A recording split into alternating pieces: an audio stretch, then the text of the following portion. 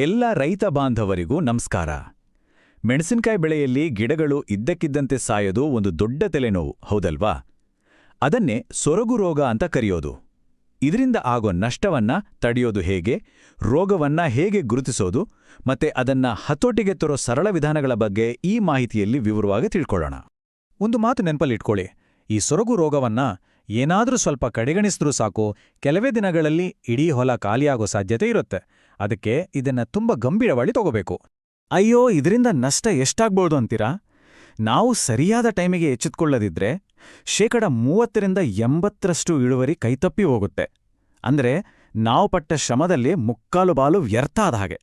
ಸರಿ, ಹಾಗಾದ್ರೆ ಈ ರೋಗನ ಆದಷ್ಟು ಬೇಗ ಕಂಡುಹಿಡಿಯೋದು ಹೇಗೆ? ನೋಡಿ, ರೋಗವನ್ನ ಎಷ್ಟು ಬೇಗ ಗುರುತಿಸ್ತೀವೋ ಅಷ್ಟು ಸುಲಭವಾಗಿ ಅದನ್ನ ಹಿಡಿತಕ್ಕೆ ತರ್ಬೋದು. ಬನ್ನಿ, ಗಿಡದಲ್ಲಿ ಆಗೋ ಸಣ್ಣ ಪುಟ್ಟ ಬದಲಾವಣೆಗಳನ್ನ ಹೇಗೆ ಗಮನಿಸೋದು ಅಂತ ನೋಡೋಣ. ಮೊದಲನೇ ಹಂತದಲ್ಲಿ ಏನಾಗುತ್ತೆ ಅಂದ್ರೆ, ನಲ್ಲ ಬಿಸಿಲಿದ್ದಾಗ ಗಿಡದ ಎಲೆಗಳು ಸ್ವಲ್ಪ ಬಾಡಿದ ಹಾಗೆ ಕಾಣುತ್ತೆ. ಆದ್ರೆ ಸಂಜೆ ಆಗ್ತಿದ್ದ ಹಾಗೆ ತಂಪಾದ ಮೇಲೆ ವಾಪಸ್ ಸರಿ ಹೋಗುತ್ತೆ. ಇದೇ ಮೊದಲನೇ ಸಿಗ್ನಲ್. ಇದನ್ನ ನಾವು ಅಸಡ್ಡೆ ಮಾಡ್ಲೇಬಾರದು. ರೋಗ ಇನ್ನೊಂದ್ ಸ್ವಲ್ಪ ಜಾಸ್ತಿ ಆದ್ರೆ ಏನಾಗುತ್ತೆ? ಆಗ ಗಿಡ ಸಂಜೆ ಹೊತ್ತಿಗೂ ಚೇತರಿಸ್ಕೊಡೋದಿಲ್ಲ. ಎಲೆಗಳು ಪೂರ್ತಿಯಾಗಿ ಜೋತು ಬಿದ್ದು ಗಿಡ ಬೆಳೆಯೋದೇ ನಿಂತೋಗುತ್ತೆ. ಈ ಹಂತದಲ್ಲಿ ನಮ್ಮ ಇಳುವರಿಗೆ ನೇರವಾಗಿ ಹೊಡೆತ ಬೀಳುತ್ತೆ.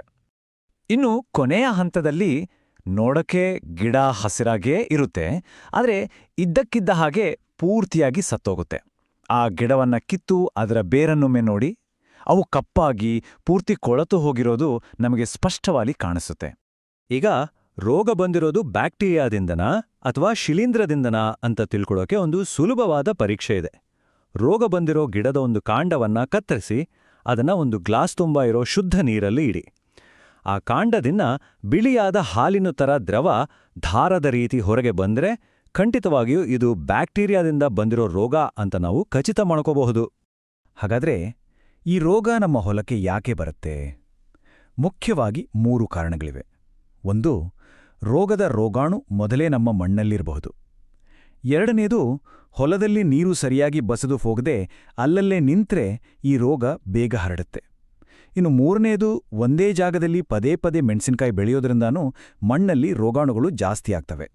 ಒಂದ್ಮಾತು ನೆನ್ಪಿಡಿ, ರೋಗ ಬಂದ್ಮೇಲೆ ಚಿಕಿತ್ಸೆ ಕೊಡೋಕ್ಕಿಂತ ಬರತಾಗೆ ತಡೆಯೋದೇ ಎಲ್ಲಕ್ಕಿಂತ ಬುದ್ಧಿವಂತಿಕೆ. ಬೆಳೆ ಪರಿವರ್ತನೆ ಮಾಡೋದು, ರೋಗ ತಡೆಯೋ ಶಕ್ತಿ ಇರೋ ತಳಿಗಳನ್ನ ಬಳಸೋದು, ಮತ್ತೆ ಏರು ಮಡಿಗಳನ್ನ ಮಾಡಿ ನೀರು ನಿಲ್ದ ಹಾಗೆ ನೋಡ್ಕೊಳ್ಳೋದು, ಇವೆಲ್ಲ ತುಂಬಾನೇ ಒಳ್ಳೆ ಉಪಾಯಗಳು. ರಾಸಾಯನಿಕ ಬಳಸೋಕೆ ಮುಂಚೆ ಈ ನೈಸರ್ಗಿಕ ವಿಧಾನಗಳನ್ನ ಯಾಕೆ ಪ್ರಯತ್ನಿಸಬಾರ್ದು? ನಾಟಿ ಮಾಡೋಕೆ ಮುಂಚೆ ಮಣ್ಣಿಗೆ ಸ್ವಲ್ಪ ಬೇವಿನ ಹಿಂಡಿ ಹಾಕಿ, ಹಾಗೇನೆ ಟ್ರೈಕೋಡರ್ಮಾ ವಿರಿಡೆಯಂತಹ ನಮ್ಮ ಮಿತ್ರ ಜೀವಿಗಳನ್ನ ಬಳಸಿದ್ರೆ ಮಣ್ಣಿನ ಆರೋಗ್ಯನೂ ಚೆನ್ನಾಗಿರುತ್ತೆ, ರೋಗನೂ ದೂರ ಇರುತ್ತೆ. ಒಂದು ವೇಳೆ ರೋಗ ನಿಯಂತ್ರಣಕ್ಕೆ ಬರದೆ ತುಂಬ ಜಾಸ್ತಿ ಆದ್ರೆ ಆಗ ನಾವು ರಾಸಾಯನಿಕಗಳ ಮೊರೆ ಹೋಗ್ಬೇಕಾಗತ್ತೆ. ಇಲ್ಲಿ ಒಂದು ವಿಷಯ ತುಂಬ ಮುಖ್ಯವಾಗಿ ಗಮನಿಸಬೇಕು. ಈ ಔಷಧಿಗಳನ್ನ ಗಿಡದ ಮೇಲೆ ಸ್ಪ್ರೇ ಮಾಡೋದಲ್ಲ, ಬದಲಿಗೆ ಗಿಡದ ಬುಡಕ್ಕೆ ಅಂದ್ರೆ ಮಣ್ಣಿಗೆ ಸುರಿಬೇಕು. ಇದಕ್ಕೆ ಡ್ರೆಂಚಿಂಗ್ ಅಂತಾರೆ. ನೆನ್ಪಿಡಿ, ಶಿಲೀಂಧ್ರದ ರೋಗಕ್ಕೆ ಬೇರೆ ಔಷಧಿ, ಬ್ಯಾಕ್ಟೀರಿಯಾ ರೋಗಕ್ಕೆ ಬೇರೆ ಔಷಧಿ. ಅಂಗಡಿಯಲ್ಲಿ ಸರಿಯಾಗಿ ಕೇಳಿ ತಗೊಳ್ಳಿ. ಈಗ ಬರೋಣ ಅತಿ ಮುಖ್ಯವಾದ ಭಾಗಕ್ಕೆ. ಹೊಲದಲ್ಲಿ ಸೊರಗು ರೋಗದ ಅನುಮಾನ ಬಂದ ತಕ್ಷಣ ಒಂದು ಕ್ಷಣನೂ ತಡ ಮಾಡದೆ ನಾವು ಏನ್ ಮಾಡಬೇಕು? ಈ 3 ಹೆಜ್ಜೆಗಳನ್ನ ಮರೆದೆ ಪಾಲಿಸಿದರೆ ರೋಗ ಇಡೀ ಹೊಲಕ್ಕೆ ಹರಡೋದನ್ನ ನಾವು ತಡಿಬಹುದು. ಮೊದಲನೇ ಹೆಜ್ಜೆ, ರೋಗ ಕಾಣಿಸ್ಕೊಂಡ ಗಿಡವನ್ನ ಬೇರು ಸಮೇತ ಕಿತ್ತುಬಿಡಬೇಕು. ಆಮೇಲೆ ಅದನ್ನ ಹೊಲದಿಂದ ದೂರ ತಗೊಂಡೋಗಿ ಸುಟ್ಟು ಹಾಕ್ಬೇಕು. ಯಾವುದೇ ಕಾರಣಕ್ಕೂ ಅದನ್ನ ಹೊಲದಲ್ಲೇ ಅಥವಾ ನೀರು ಹರಿಯೋ ಜಾಗದ ಹತ್ರ ಬಿಸಾಡಬೇಡಿ, ಯಾಕಂದ್ರೆ ಅದು ರೋಗವನ್ನ ಇನ್ನಷ್ಟು ಹರಡುತ್ತೆ. ಎರಡನೇ ಹೆಜ್ಜೆ, ಈ ರೋಗ ಇದೆಯಲ್ಲ, ಇದು ನೀರಿನ ಮೂಲಕ ತುಂಬ ಬೇಗ ಹರಡುತ್ತೆ. ಅದಕ್ಕೆ ರೋಗ ಬಂದಿರೋ ಜಾಗದಿಂದ ಬೇರೆ ಕಡೆಗೆ ನೀರು ಹರಿದು ಹೋಗದ ಹಾಗೆ ತಡಿಬೇಕು. ಸಾಧ್ಯವಾದರೆ ಆ ಜಾಗಕ್ಕೆ ಸ್ವಲ್ಪ ದಿನ ನೀರು ಹಾಯಿಸೋದನ್ನ ನಿಲ್ಲಿಸಿದ್ರೆ ಇನ್ನೂ ಒಳ್ಳೆಯದು. ಮೂರನೇ ಮತ್ತು ಕೊನೆಯ ಹೆಜ್ಜೆ, ರೋಗ ಬಂದ ಗಿಡದ ಸುತ್ತಮುತ್ತಿರೋ ಆರೋಗ್ಯವಾಗಿರೋ ಗಿಡಗಳ ಬುಡಕ್ಕೆ ಟ್ರೈಕೋಡರ್ಮಾ ಅಥವಾ ಕಾಪರ್ ಆಕ್ಸಿಕ್ಲೋರೈಡ್ ದ್ರಾವಣವನ್ನ ಸುರಿಬೇಕು. ಇದು ಪಕ್ಕದ ಗಿಡಗಳಿಗೆ ರೋಗ ಹರಡದ ಹಾಗೆ ಒಂದು ರಕ್ಷಣಾ ಕವಚದ ಥರ ಕೆಲಸ ಮಾಡುತ್ತೆ. ಈ ಮಾಹಿತಿ ತಮ್ಮೆಲ್ಲರಿಗೂ ಉಪಯೋಗ ಆಗಿದೆ ಅಂತ ಅನ್ಕೋತೀನಿ.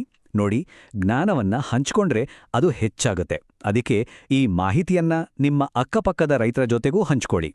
ಬಹುಶಃ ಇದು ಅವರ ಬೆಳೆಯನ್ನ ಉಳಿಸಬಹುದು. ಇಂತಹ ಇನ್ನಷ್ಟು ಉಪಯುಕ್ತ ಮಾಹಿತಿ ಬೇಕು ಅಂದ್ರೆ ನಮ್ಮ ಚಾನೆಲ್ಗೆ ಸಬ್ಸ್ಕ್ರೈಬ್ ಆಗೋದನ್ನ ಮರಿಬೇಡಿ. ಧನ್ಯವಾದಗಳು.